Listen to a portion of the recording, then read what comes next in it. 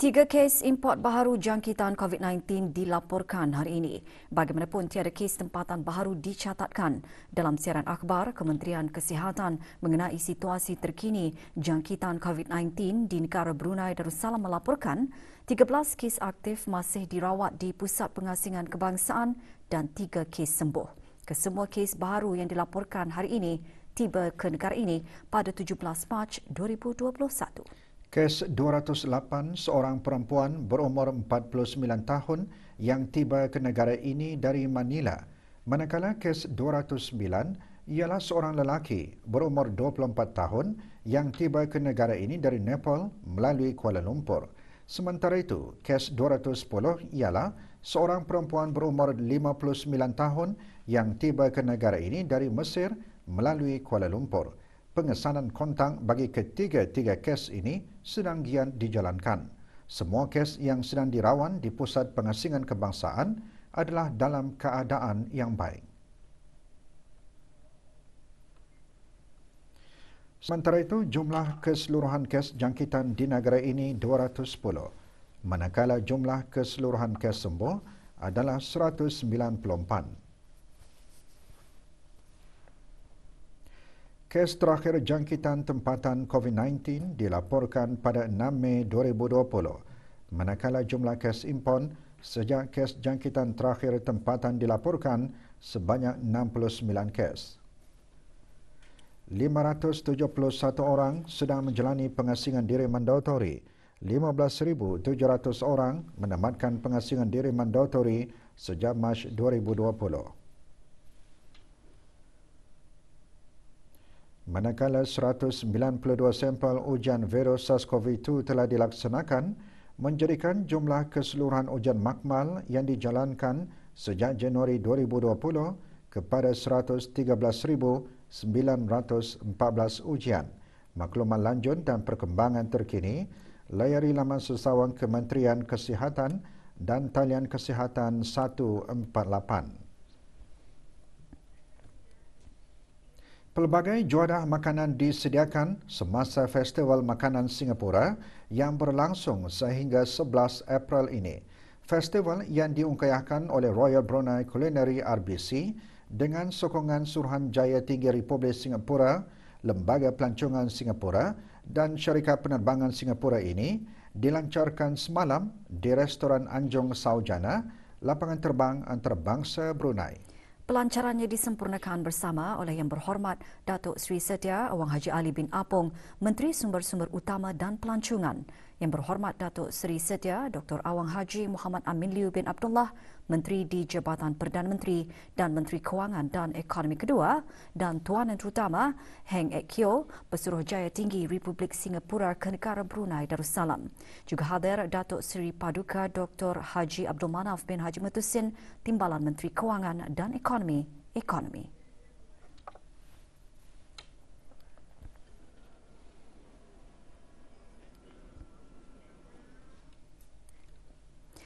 62 orang graduan di bawah skim biasiswa kerajaan ke bawah Dulia Mahamulia Paduka Seri Baginda Sultan dan Yang di-Pertuan Negara Brunei Darussalam ke luar negeri dan skim bantuan pinjaman pendidikan yang mendapat kelas pertama dalam pengajian mereka pada tahun 2019-2020 pagi tadi diraikan dalam Majlis Anugerah Graduan Cemerlang.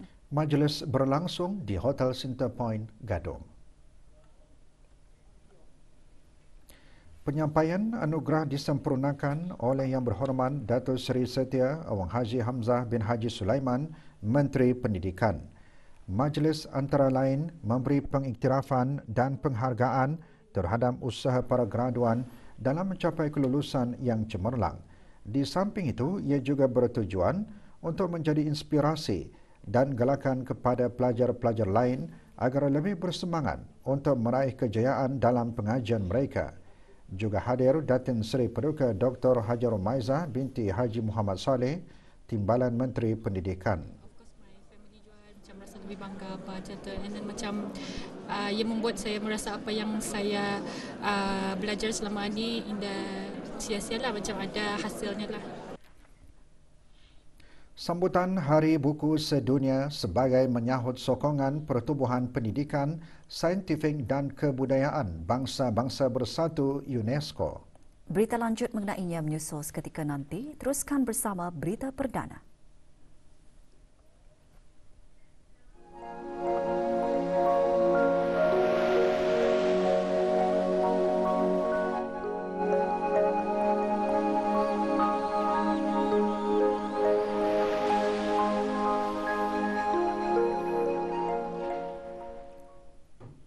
Declaration on Culture of Prevention (COP) for Peaceful, Inclusive, Resilient, Healthy and Harmonious Society akan membolehkan ASEAN membuat langkah-langkah komprehensif dalam memberikan tindak balas dan menangani cabaran yang boleh menjejaskan pembangunan manusia dan sosial yang mampan di rantau ASEAN. Deklarasi itu dicapai semasa mesyuarat keempat Kumpulan Kerja ASEAN bagi COP yang dipengerusikan oleh Dayang Haja Nur Ashikin binti Haji Johari, Setiausaha Tetam Kemasyarakatan dan Kebudayaan, Kementerian Kebudayaan Belia dan Sukan diadakan secara persidangan video. Dalam siaran akhbar Kementerian Kebudayaan Belia dan Sukan menjelaskan, mesyuarat tersebut menggariskan rancangan dan keutamaan-keutamaan ke arah menggerakkan pelaksanaan COP dengan mengenal pasti tindakan-tindakan yang berpotensi serta meningkatkan kerjasama antara sektor bagi kesinambungan pelaksanaan projek-projek dan inisiatif-inisiatif dasar COP dengan memperbarui komitmen serta mengambil kira usaha-usaha pasca pemulihan pandemik. Mesyuarat turut menekankan pentingnya pelaksanaan ASEAN COP ke arah meningkatkan kerjasama antara sektor dan antara tunggak, khususnya bagi perkara-perkara di bawah bidang-bidang keutamaan yang kurang mendapat perhatian. Ini juga selaras dengan keutamaan kepengurusian negara Brunei Darussalam di bawah tema We Care, We Prepare, We Prosper bagi tahun ini. Mesyuarat juga mengambil maklum dapatan terbaru mengenai rancangan pelaksanaan dan keutamaan bagi 6 teras COP yang dikongsikan oleh lead sectoral bodies iaitu Culture of Peace and Intercultural Understanding, Culture of Respect for All, Culture of Good Governance at All Levels, Culture of Resilience and Care for the Environment, Culture of Healthy Lifestyle, dan Culture Supporting the Values of Moderation. Mesyuarat juga mengalulukan usaha-usaha menyebarluaskan pemahaman mengenai COP termasuk bagi memuat naik pelan tindakan COP serta matriks pemantauan berhubung pelaksanaan pelan tindakan COP ke dalam laman sesawang ASEAN serta cadangan untuk mengadakan Partnership Forum to Advance the Implementation of the COP dan beberapa siri webinar ASEAN COP. Usaha-usaha tersebut akan membukakan peluang bagi dialog yang inklusif kepada pihak-pihak berkepentingan.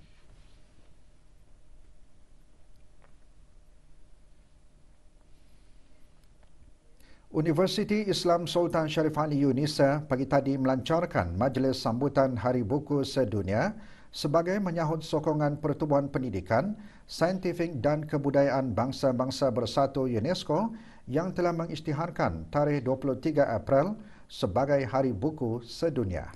Majlis sambutan bertujuan bagi meningkatkan minat membaca dan memberi pendedahan kepada masyarakat sekitar mengenai wujudnya Hari Buku dan Hak Cipta yang diiktiraf oleh Badan Antarabangsa. Majlis diadakan di Perpustakaan UNISA. Perasmiannya disempurnakan oleh Dr. Haji Nur Arfan bin Haji Zainal, Rektor UNISA. Acara diselajurkan dengan pelancaran Kelab Bahasa Inggeris Empower UNISA. Terdahulu, Pengiran Dr. Hajah Nur Khairiyah binti Pengiran Haji Hashim, Pemangku Pengarah Pusat Penyelidikan dan Penerbitan selaku pengerusi bersama majlis dalam ucapan alu-aluannya berkata, sambutan diadakan lebih awal dari tarikh yang diisytiharkan oleh UNESCO kerana ingin lebih memfokuskan dalam melaksanakan ibadah puasa dan perkara-perkara berkebajikan.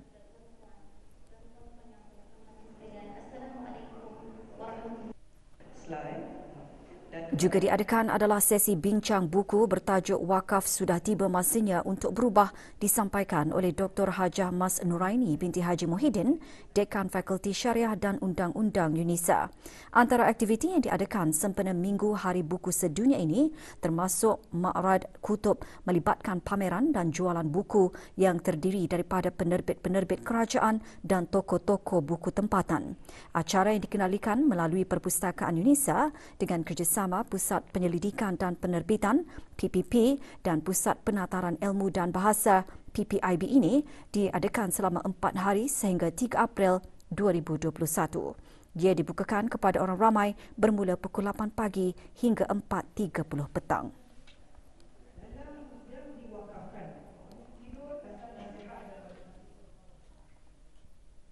30 buah keluarga mu'alaf bagi daerah Belait pagi tadi menerima sumbangan berupa makanan asasi dalam majlis penyerahan projek Fatul Barakah 2.0.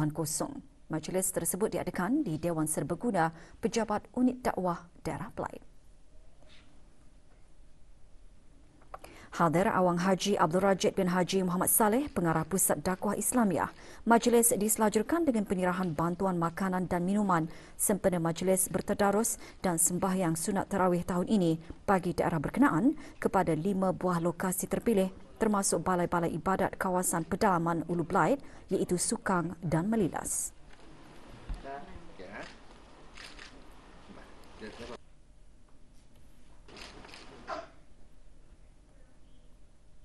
Seorang lelaki warga Emas meninggal dunia dalam insiden kemalangan jalan raya pagi tadi di daerah Tutong.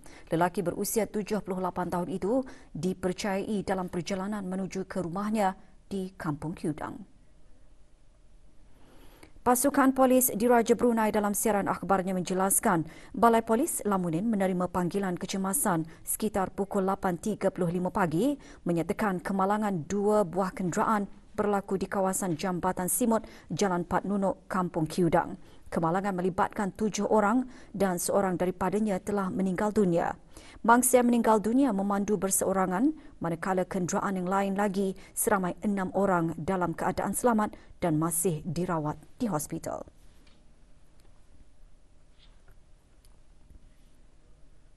Semua kaunter perkhidmatan dan pembayaran Jabatan Pengangkutan Darat JPD hanya akan dibuka sebelah pagi sahaja esok 31 Mac 2021. Cawangan-cawangan JPD dan waktu dibuka adalah seperti yang tertera. JPD, Kementerian Pengangkutan dan Infokomunikasi dalam siaran akhbarnya memaklumkan penutupan itu dibuat disebabkan tahun kewangan 2020-2021. Kesemua kaunter perkhidmatan dan pembayaran JPD akan kembali beroperasi seperti biasa pada hari Khamis 1 April 2021.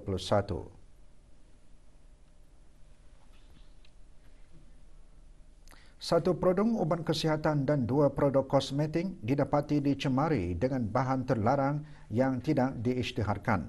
Dapatan tersebut adalah hasil dari ujian makmal bahagian farmasi Jabatan Perkhidmatan Saintifik Kementerian Kesihatan.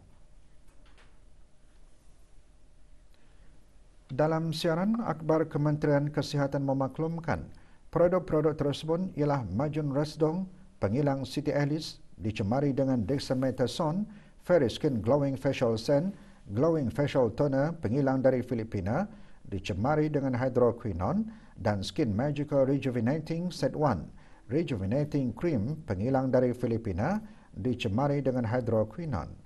Bahan pencemar dalam produk berkenaan boleh mengakibatkan kesan-kesan mudaran yang membahayakan kesihatan.